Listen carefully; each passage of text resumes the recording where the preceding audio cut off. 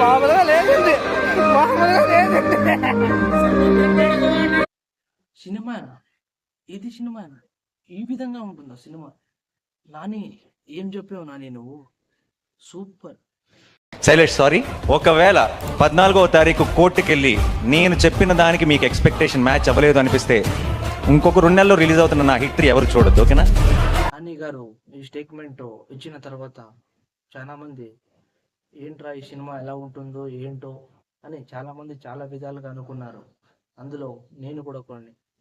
నిన్నే సినిమా చూసి వచ్చిన court state versus nobody, ఆ సినిమా గురించి ఇప్పుడు. అందులో మరి ముఖ్యంగా శివాజీ గారు అయితే ఒక విశ్వరూపమాన్ని చూపించినారు. చాలా బాగా యాక్టింగ్ చేసినారు.